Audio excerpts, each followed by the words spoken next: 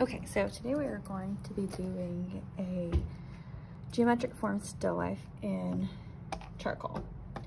The first step in starting a still life is deciding the orientation of your paper. So is your subject going to be tall? Is your paper going to be vertical? Or is your subject going to be wide and your paper going to be horizontal? There's a little trick that you can use when determining this. For this assignment, we're using a photograph to work from, but a lot of times you would be working from actual life, which is a little bit harder to determine. So in a photograph, you can just kind of take a little measurement, you know, kind of like what you would do with your eyeball when you measure with your fingers. A lot of times artists will use their drawing utensil as a form of measurement. So if you're watching an artist work, then you might see them doing like this sort of thing a lot. And they're just taking basic measurements with their eye. So for mine, if I'm measuring just the subject, which is the forms, not really worried so much about the background, I'm going to measure from the bottom of the subject to the very top of this subject and compare the height to the width. What's all the way to the left to all the way to the right. So with my subject, it's going to be a square, just taking these little finger measurements. It's about a square because it's the same height as it is width. You might have a different subject. Sometimes it's really obvious. Say if you have a picture like this, yeah, it's really obvious that this is going to be a lot wider than it is tall. Taking a measurement of that, big difference. So then you would want your paper to be wide.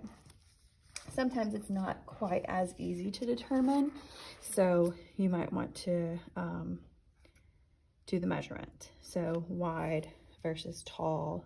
This one's wider, so my paper would be horizontal. Sometimes it's really hard to tell. Sometimes it's a square, and it doesn't really matter which way you do it. Both ways work. So I've decided I'm going to do a vertical composition because mine's a square and it doesn't really matter.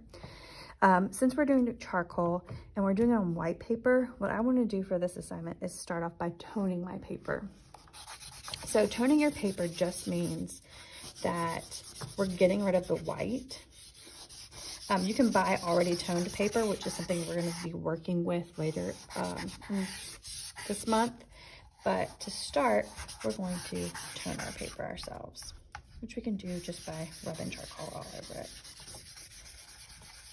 So why would you do this? Why would you tone your paper? When you're working with white paper, then when you're making your marks, you're only going to be able to go dark.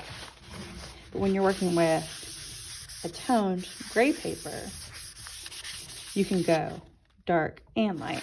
So what happens is if your whole paper is gray and you add white to it, that white is going to stand out more than it would have if it were just on white paper. Having a toned background also helps your paper look a little bit more finished. But really it's all about being able to go darker and then you go lighter and then your lighter show up more. Okay, so paper's toned. I use a paper towel just to smudge it and try to make it kind of even so I don't get my hands super dirty. All right, we figured out the orientation, whether you're just wide or tall. Second thing that I do is kind of map out where my objects belong. For this, it's geometric shapes, so they're kind of easy to, you know, draw. But whenever you're doing a big still life that has like flowers and bottles and fruit, the shapes are going to be a little bit more challenging. I don't want you to spend a whole lot of time getting that shape perfect, only to find out, oh my gosh, I made this bottle too big and now the flowers are gonna run off the page. So what I do is called mapping it out, just making like kind of simple blobs that tell me, they're like little notes for myself where my stuff's gonna go. It doesn't have to actually look like the object, like this is not a cone, this is a potato. So that's why I call it making potatoes. So I'm just like kind of blobby. I spent no time just deciding where these things were gonna go. But I was able to like make sure nothing's gonna run off the page. It kind of just decides where things, how they fit, what your composition is on paper.